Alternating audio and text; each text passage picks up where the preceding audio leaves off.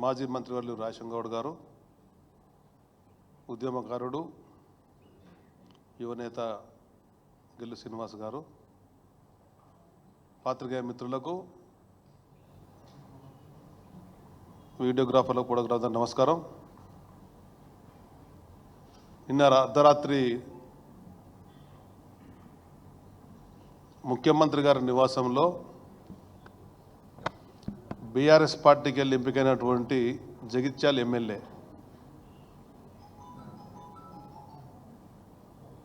వైద్య వృత్తిలో ఉన్నటువంటి సంజయ్ కుమార్ గారిని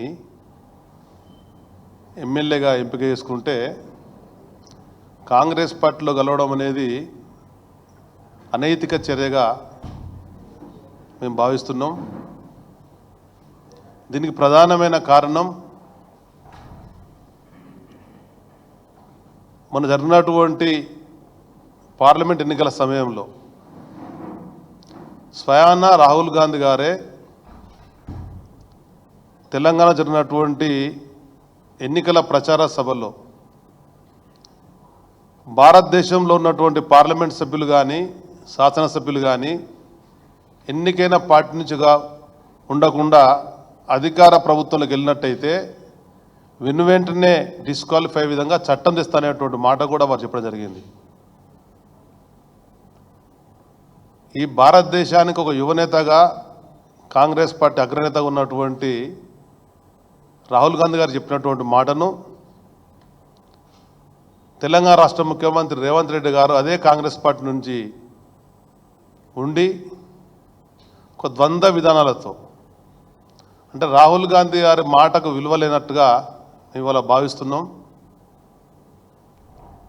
రాహుల్ గాంధీ గారి మాటకు విలువ ఉన్నట్టయితే అది కాంగ్రెస్ ప్రభుత్వం, కాంగ్రెస్ పార్టీగా కనబడుతుండే. కానీ ఇవాళ రేవంత్ రెడ్డి కాంగ్రెస్ కనబడుతుంది. కాంగ్రెస్ పార్టీ ఆత్మపరిశీలన చేసుకునే పరిస్థితి ఏర్పడ్డది. ఇవాళ ఒకవైపున అధికారంతో చట్టం వేస్తామని చెప్పన్నటువంటి ఆ పార్టీ నేత మాటనే ఇవాళ నీటి ముట్లైనటువంటి పరిస్థితి ఉంది.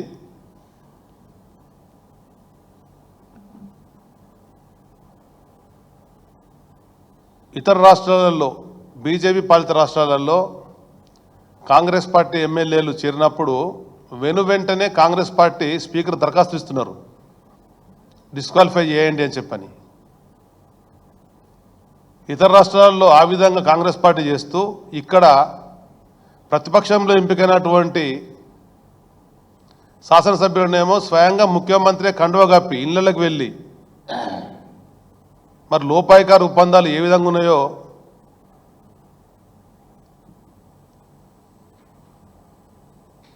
ప్రజలు గమనించేటువంటి పరిస్థితి వచ్చింది. ఇవాళ దీన్ని అర్థం చేసుకునే అవసరం ఎంతుందని చెప్పని ఒక వైద్య వృత్తిలో ఉన్నటువంటి వ్యక్తిని బీఆర్ఎస్ పార్టీ అధినేత ఎంతో నమ్మకంతో 3 సార్లు అవకాశం ఇస్తే అక్కడ ఉన్నటువంటి ప్రజలు 2 సార్లు గెలిపడం జరిగింది. దానికి ఎమ్మెల్సీ మాజీ పార్లమెంట్ సభ్యుడు కవితమ్మ గారు సంజయ్ గెలవాలా, జగిత్యాల అభివృద్ధి కావాలని చెప్పని, జగిత్యాల జిల్లా కావాలా, జగిత్యాలలో వైద్య కళాశాల రావాలా అని చెప్పని పట్టుదలతో పనిచేసి అక్కడ ఉండేటువంటి శ్రేణులు పెద్ద ఎత్తున కృషి చేయడం వల్ల రాజశేఖర్ గారు లాంటి అపారమైన అనుభవం ఉన్నటువంటి నాయకుడు కూడా ఒక యువకుడైనటువంటి సంజయ్కి అవకాశం ఇస్తే ప్రజలకు ఇటు పార్టీకి అంకిత భావంతో పనిచేసని చెప్పని చేసినటువంటి నమ్మకంతో మీ అందరం కూడా కష్టపడి పనిచేసినాం. ఇవాళ ప్రజలందరూ కూడా అసహించుకునేటువంటి పరిస్థితి వచ్చింది. జగిత్యాల కాన్స్టిట్యున్సీలో ఉన్నటువంటి ఈచ్ అండ్ ఎవ్రీ కార్నర్, నలుమూలలు ఎక్కడ చూసినా కానీ ఈరోజు ప్రతి ఒక్కరూ ఇది నీతిబాహ్యమైన చర్య, అనైతిక చర్య, ఇది తప్పుడు ఆలోచనలు అనేటువంటి మాట అందరూ కూడా మాట్లాడుతుంటుంటే రాజకీయాలు ఉండేటువంటి వాళ్ళు ఒక నియమ నిబంధనలకు ఉన్నట్టయితే గౌరవ ప్రతిష్ట పెరుగుతుంది. ఇష్టానుసారంగా వివరిస్తే మాత్రం అది ప్రజాకోర్టులో శిక్ష పడడం ఖాయమని చెప్పని స్పష్టంగా కనబడుతుంది.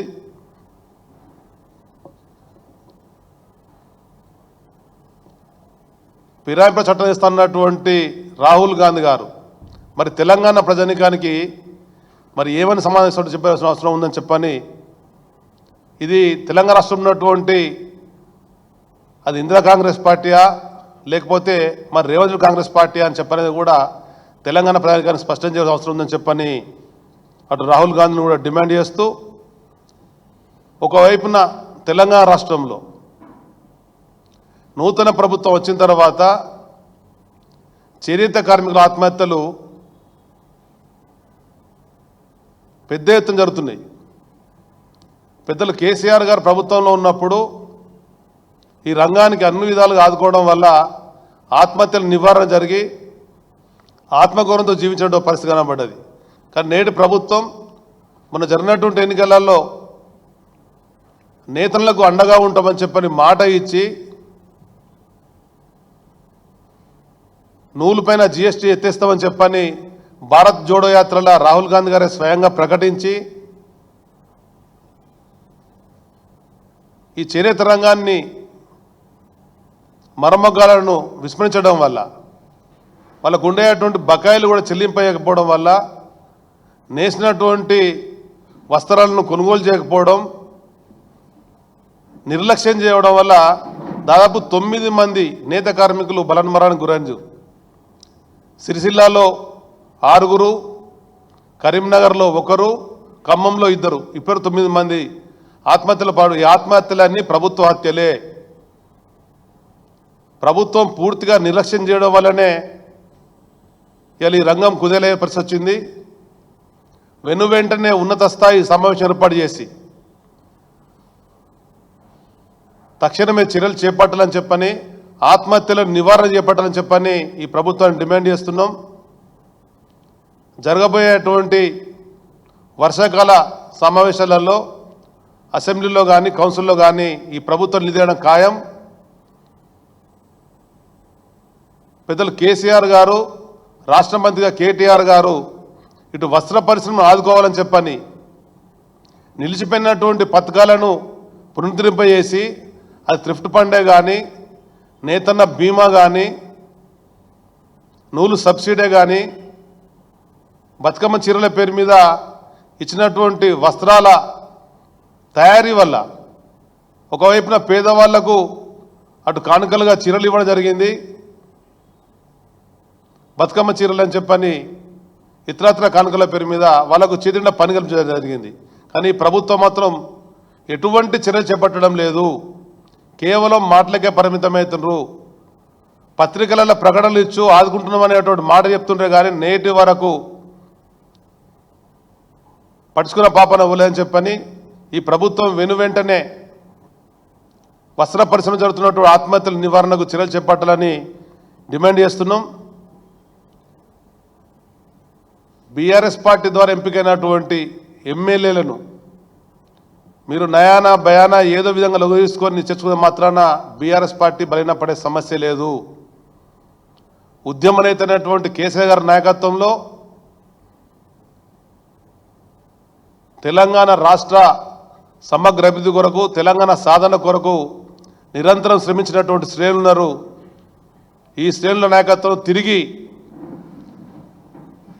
తెలంగాణ రాష్ట్ర ప్రజల ముందు ప్రజా కోర్టులో కాంగ్రెస్ పార్టీకి శిక్ష వేయడం ఖాయమని చెప్పని సందర్భంగా మనం చేస్తున్నాం.